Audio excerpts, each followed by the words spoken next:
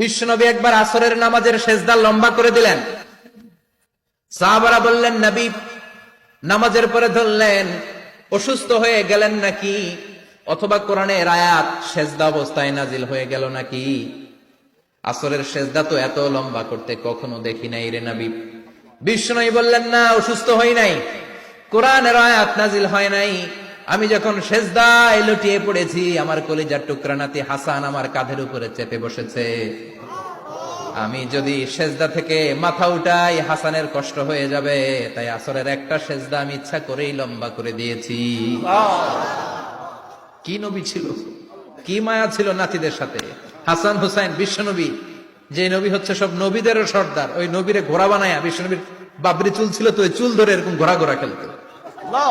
বিশ্বনবীর কাঁধে বসে বিশ্বনবীর বাবরি চুল টেনে টেনে কয়, এটা আমার ঘোড়া। হাসান হুসাইনের গায়ের এমন কোন জায়গা নাই যে জায়গায় বিশ্বনবী চুমা দেয় নাই। আর বলতেন, রাইহানা চাইনি ফিদ দুনিয়া, হাসান আর হুসাইন হলো আমার দুনিয়ার সুগন্ধি। সাইয়্যিদা শাবাবি আহলিল জান্নাহ, জান্নাতীরা আপনারা যারা জান্নাতে যাবেন, আপনাদের সামনে দুইটা পতাকা থাকবে, একটা থাকবে হাসানের হাতে আর একটা হুসাইনের হাতে। বিশ্বনবী মসজিদে নববীতে জুমার খুতবা দিচ্ছেন, হঠাৎ হাসান আর হুসাইন লাল দুইটা জামা পরে কাতারের মধ্যে দৌড়াদৌড়ি শুরু করলেন।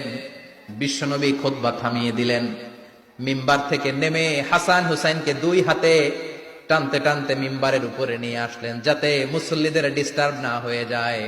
হাসানকে ডান হাতে ধরে, হুসাইনকে বা হাতে ধরে বাকি খুতবাটা বিশ্বনবী তখন শেষ করলে।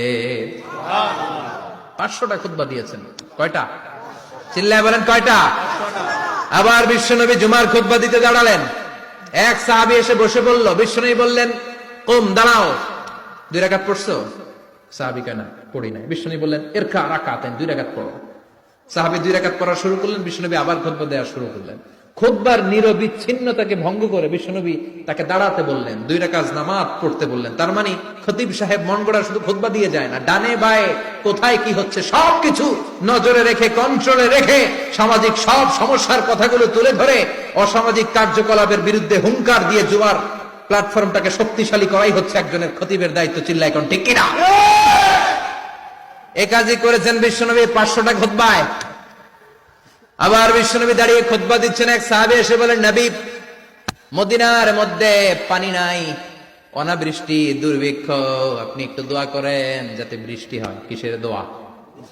বিশ্বনবী জুমার খুতবা থামিয়ে দিলেন, খুতবা দিচ্ছিলেন, খুতবা থামিয়ে দোয়া করলেন, আল্লাহুম্মা স্কিনা, আল্লাহুম্মা স্কিনা ইয়া গাউস আগিসনা, আল্লাহুম্মা স্কিনা গাইসান মুগীসান, মারিআন মুরিআন, নাফিআন গায়রা দা, আজিলান গায়রা আজিল।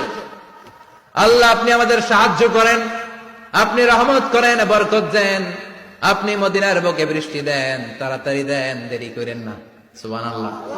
বিশ্বনবী দোয়া করতে দেরি, মুহূর্তের মধ্যে ঝুমঝুম করে বৃষ্টি নাজিল হয়ে মদিনাটা প্লাবিত হয়ে গেল। আকাশে মেঘ দেয় কে? বৃষ্টি দেয় কে? সবকিছু দেয়ার মালিক কে? বৃষ্টি দেয় কে? মেঘ দেয় কে? বিশ্বনবীর দোয়ার বরকতে বৃষ্টি নামলো। শুক্রবার বৃষ্টি, শনিবার বৃষ্টি, রবি সোম মঙ্গল বুধ বৃহস্পতি শুক্র, এর পরের শুক্রবার পর্যন্ত টানা বৃষ্টি হলো। কারণ দোয়ার বৃষ্টির দোয়া করছে, বৃষ্টি বন্ধ আর দোয়া তো করে নাই, চলতেছে। আল্লাহ কাছে নবী চাইছেন, দিতেছি, না করলে থামাবো। সুবহানাল্লাহ কইবেন না? বৃষ্টি হইতে হইতে মদিনায় বন্যা।